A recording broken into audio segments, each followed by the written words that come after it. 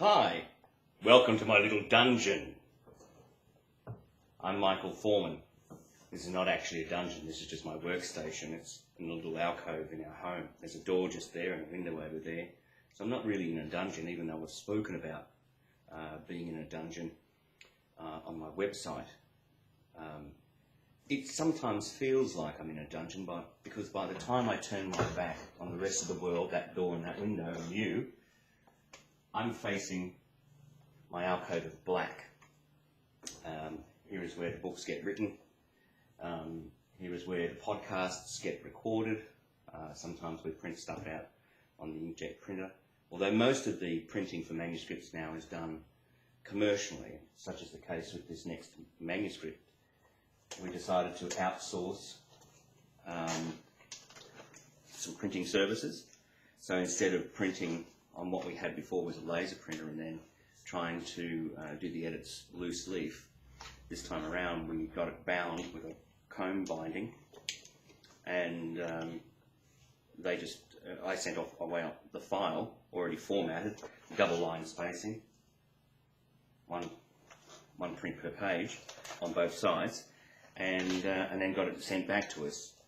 And we basically started the editing process as though it were a bound book. But of course, by the time we end the editing process, most of this will be dog-eared, and it'll have notations on it. Well, probably you can see here there's some scribble marks on what needs to be removed or shifted or taken out. Quite often it's taken out. We've also got some sticker marks here indicating that there are some time issues that we need to look at as we go through the editing process. And yes, there'll be lots more editing done before we get to the very end of this proofing and editing process. But I just wanted to say to you that this is probably by far the best way of doing it. You invest around about $50, I think, to outsource this kind of printing, and as long as the pages are numbered and you've got it all formatted really well, i.e. you've got your gutters sorted out as far as the spine is concerned, and you know what's going on with the footers and the headers, you should be able to edit any text really well. And also double line spacing. Some people don't do that, and some people go to line and a half spacing, but I think double line spacing is by far the best. Some people put a margin down the side and they want to write notes inside the margin. Well, that's your choice. Obviously it uses more paper and you end up with a slightly thicker manuscript at the end, but this is kind of the way we're working with it at the moment. We've tried other ways, as I said, loose leaf printing. We've also tried to edit on a computer.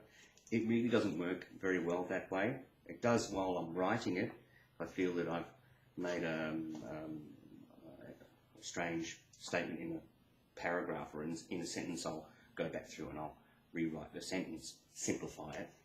But when it comes to doing the entire book as a whole, it's better to print it out as a whole, and that way you can go forward and backwards. Just double check and make sure that what you've said on one page equals the other. I know you can do that in the computer, but it seems to be a whole lot easier to do the edits this way around. Do them on mass there, and then when you're finished with this, then start processing it through the computer, and then do this one more time and double check and make sure the story makes sense. Now, this comb binding, we found making the step across here was quite good, but it had some limitations. When you get into a binding as thick as this, and this is around 424 pages, so divide that by 2 for how many leaves it is, we found that it's just kind of at the very end of the top binding that you can get for comb binding. I know that you can get wire binding and you get a whole bunch of other types of binding, and also proper book binding processes, but it is a manuscript, and as I said, it will become dog-eared and wrecked by the end of it. I found that this was probably just at the end of its limitations, and so what it did, and we opened it up, we started turning pages and found that the comb was actually letting go of pages. So in order to stop that from happening, what I've done is I've gone around with some epoxy glue and just sealed up all of these combs so that they don't let go of any of these pages. because it will be opened and closed a million times by the time we finish editing. So I just thought that's what I would give you as an update with regards to what we're doing with writing books. Seedings is out there. It's available from Amazon.com. Just type in the word Seedings. That's like being mad, but plural, Seedings. Michael Foreman. It's also available on Kindle as well. Now you can come and listen to us on the podcast at Dirty Rabbit Hole Podcast, wherever you currently get your podcasts from. It's available on iTunes and anywhere else you look for it. So there you go. There's a little bit of back information on what we're doing here back at the back in my little alcove dungeon, and where we're up to in the edits.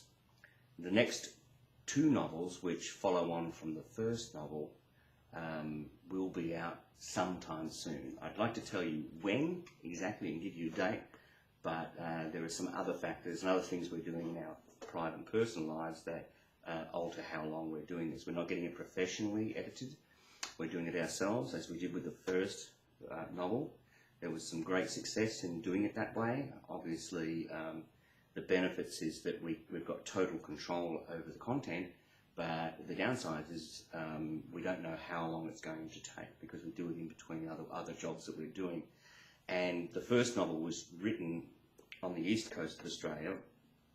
The manuscript was brought across to the west coast of Australia, where we're currently at, but we were renovating a house at that stage. The place that you can't see, but everything on the other side of the camera was gutted out completely while we were writing it, while I was editing the novel, not writing the novel, but editing the novel. And so that took some time. I remember I told folks it should be out in 2013. It didn't come out until the end of 2014. All right, so there you go. Thank you for coming to my little dungeon hovel. Enjoy your writing, enjoy your reading, wherever you are in the world. I'm Michael Foreman, author.